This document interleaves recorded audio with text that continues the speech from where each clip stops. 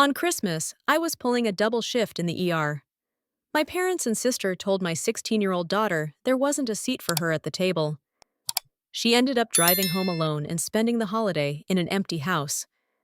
I didn't lose my temper. I chose action instead.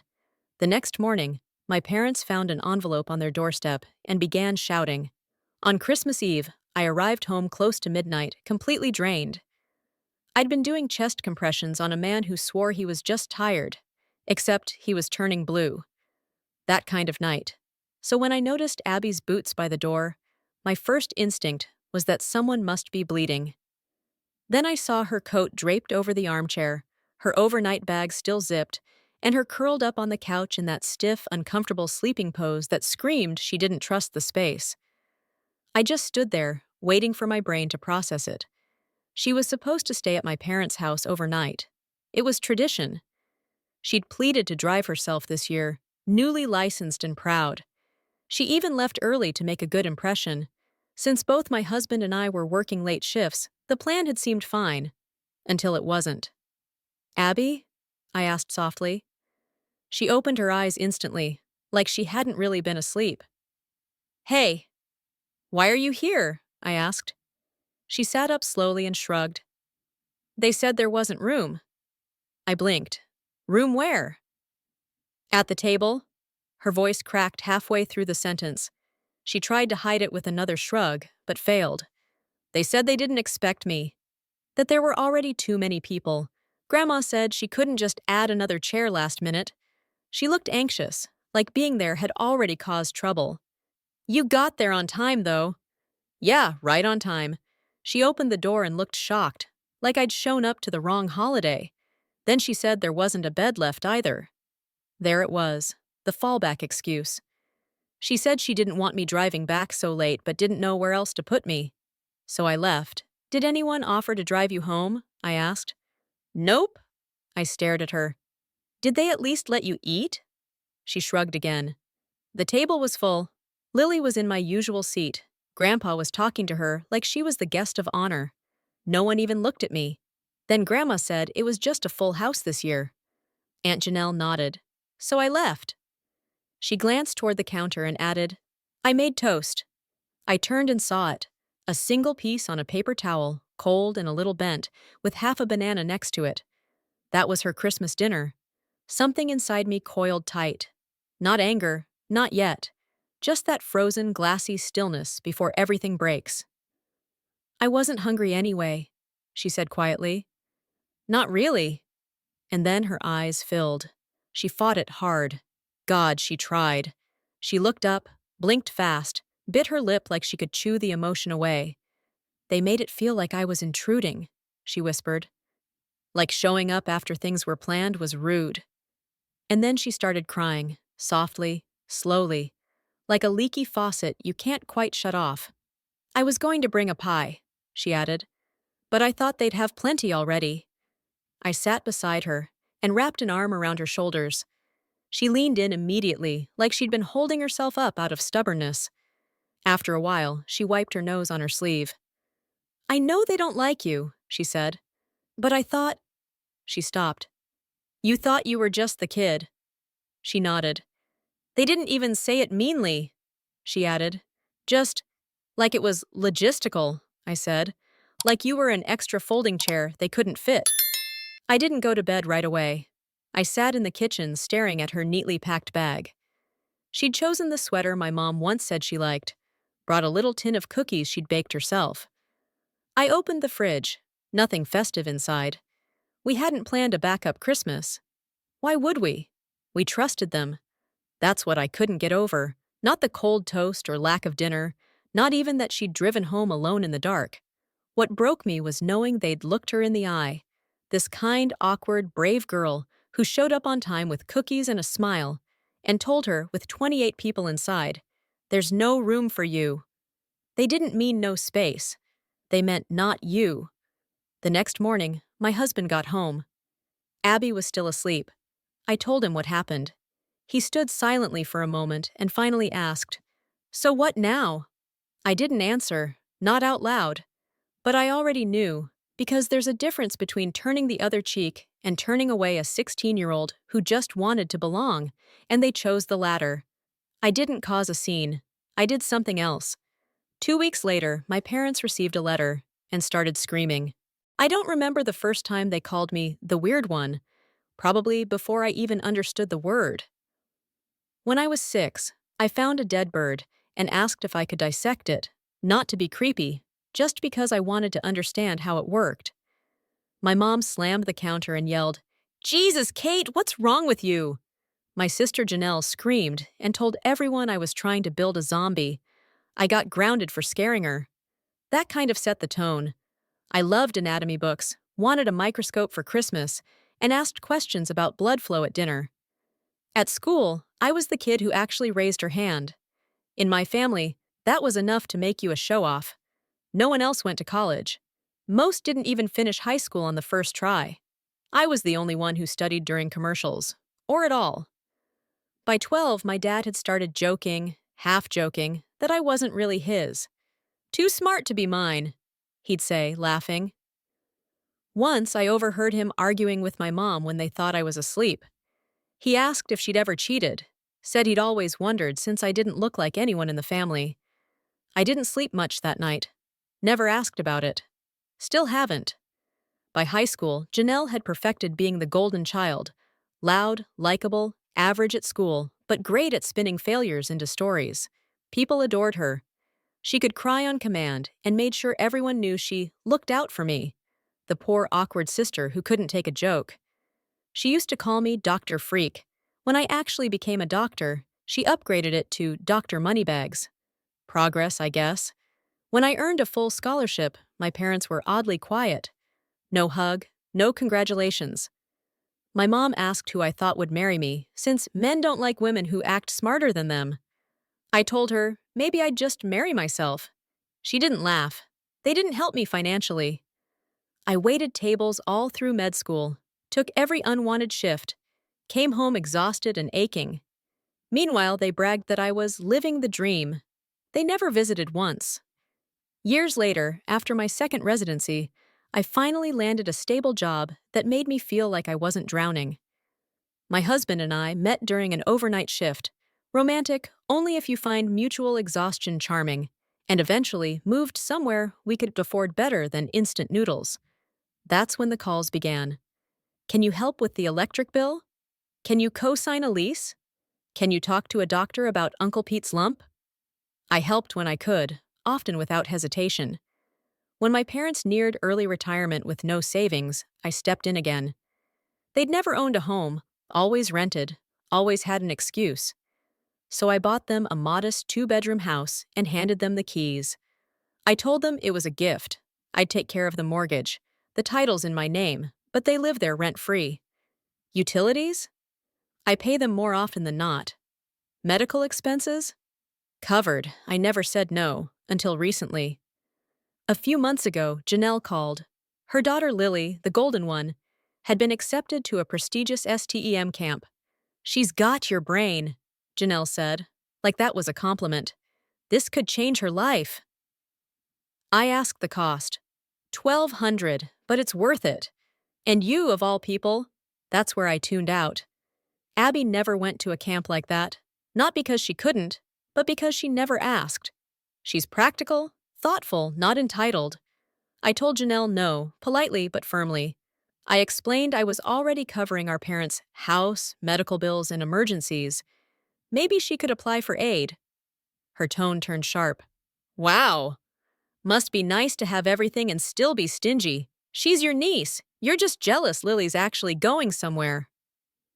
That one was almost funny, until my mom muttered something similar a week later when she thought I couldn't hear. Apparently, I was holding Lily back, just like I'd held Janelle back, by being the smart one who made everyone else look bad. Just by existing. I didn't argue, didn't defend. I simply said no and meant it. That was 3 weeks before Christmas. Abby was excited for dinner, proud to drive herself. She packed her bag, wrapped gifts for the little cousins, texted me when she arrived. Everything seemed fine. Hours later, I walked into the house and found her curled up on the couch, smiling weakly like she was begging me not to treat it as a disaster.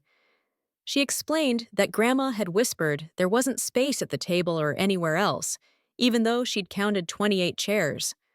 A math problem with only one missing variable: her. I listened quietly, held her until she fell asleep wearing the sweater she'd chosen to impress them. When the house settled, I sat alone in the kitchen, staring at the spot where her Christmas meal should have been. I thought about every mortgage payment, every utility bill, every just this once Katie that had turned permanent. They hadn't run out of room. They'd run out of gratitude. And they'd used my daughter to make that clear. That's when the switch flipped. No more explaining, no more polite boundaries. I didn't even question whether I'd act, only how soon. We barely spoke on the drive over. My husband rested his hand on my knee, steady and wordless. The morning after Christmas always feels hazy, like the world's still recovering from sugar and wrapping paper. I'd hoped the house would be empty. It wasn't. 2 extra cars were still there, Janelle's and probably a cousin's. I stepped out, gripping the envelope tight. I hadn't slept. Between the shift, Abby's rejection, and the untouched dinner tray, my mind buzzed like a blown fuse. I rang the bell, waited. Nothing. Rang again. Knocked. Silence. "Let's just leave it," my husband said softly. I hesitated, then nodded. We walked back toward the car. I tucked the envelope under the doorframe where it wouldn't blow away. I was about to open the car door when I heard the screen creak. A slippered step. My mother appeared in her fuzzy robe, the one she always bragged about buying at 90% off. She bent down, picked up the envelope, opened it. Her face went blank, then white. Then she screamed, "Frank!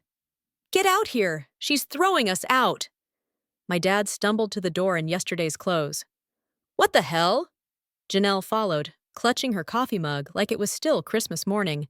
"What's going on?" My mom pointed at me down the driveway like I was a stray dog that had messed her porch.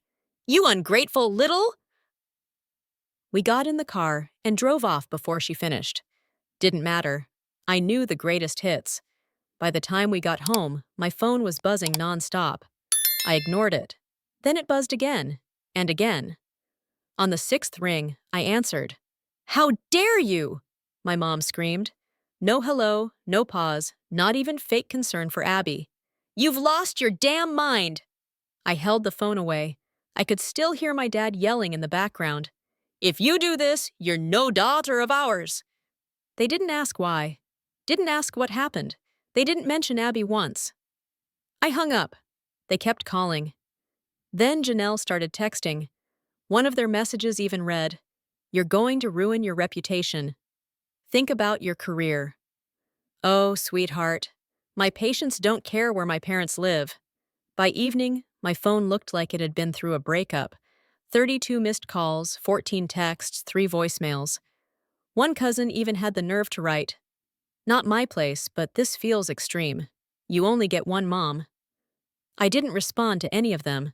The next morning came a knock. I looked through the peephole. Of course, it was my mother.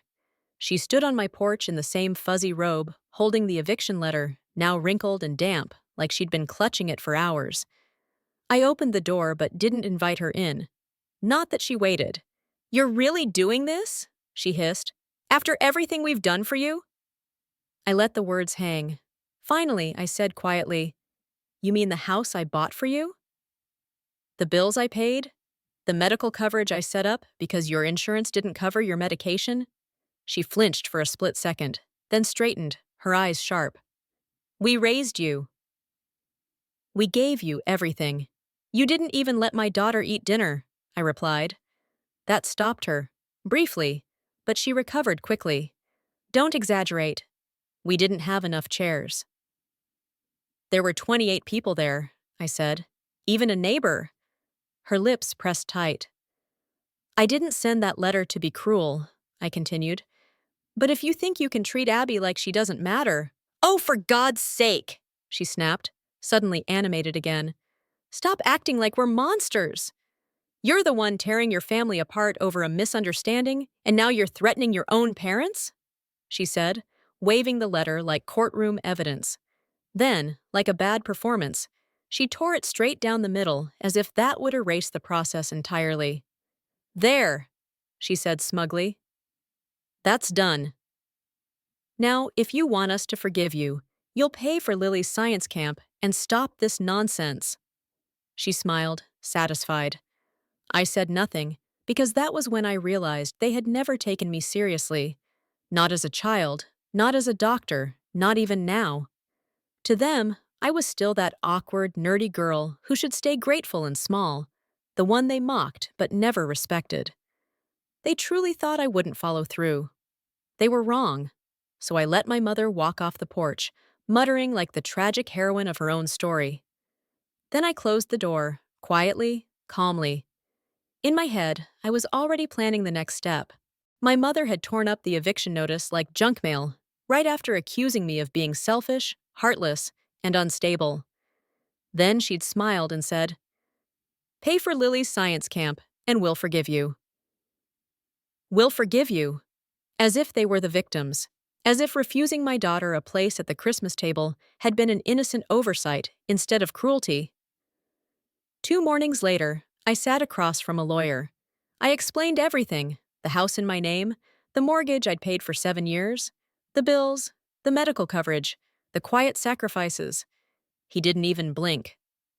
"So, you'd like to proceed with a formal eviction?" he said, like we were discussing the weather. I nodded. The papers went out that same week. 60 days. Signed, sealed, legal. This time, they couldn't rip it up and pretend it wasn't real.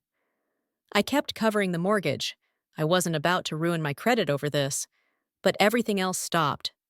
No more utilities, no more cable, no more medical reimbursements. They got a first-hand lesson in what no support actually feels like. 2 weeks later, there was another knock.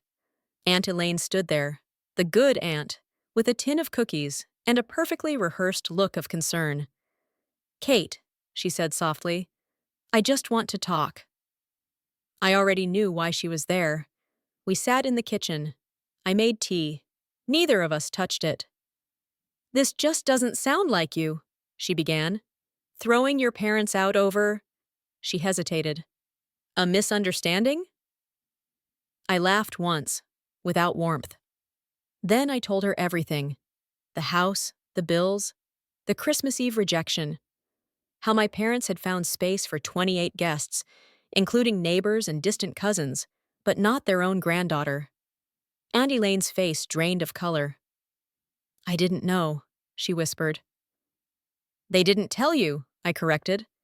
She left, looking like someone who wished she could unknow what she'd just learned. 3 days later, I got a text. I didn't understand before. I do now. A week before the deadline, my lawyer called. "They haven't moved," he said. "Then we proceed," I replied. I listed the house that same day, priced it fairly. I wasn't chasing profit, I just wanted closure. A buyer made an offer almost immediately. Families loved that neighborhood. They just needed it vacant. "Possession required," my agent reminded me. "Understood," I said. I didn't show up the day they were removed. The buyers handled everything legally. I heard it wasn't pretty. But what followed was worse. Janelle took them in. Of course she did. My sister always loved performing as the saintly daughter.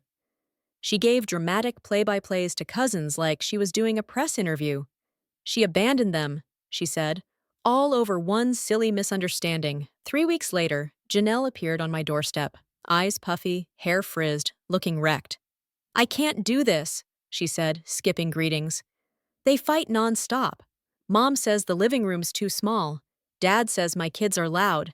They won't share a bathroom. I'm losing my mind." I leaned against the doorframe, arms folded. "They need a rental," she said.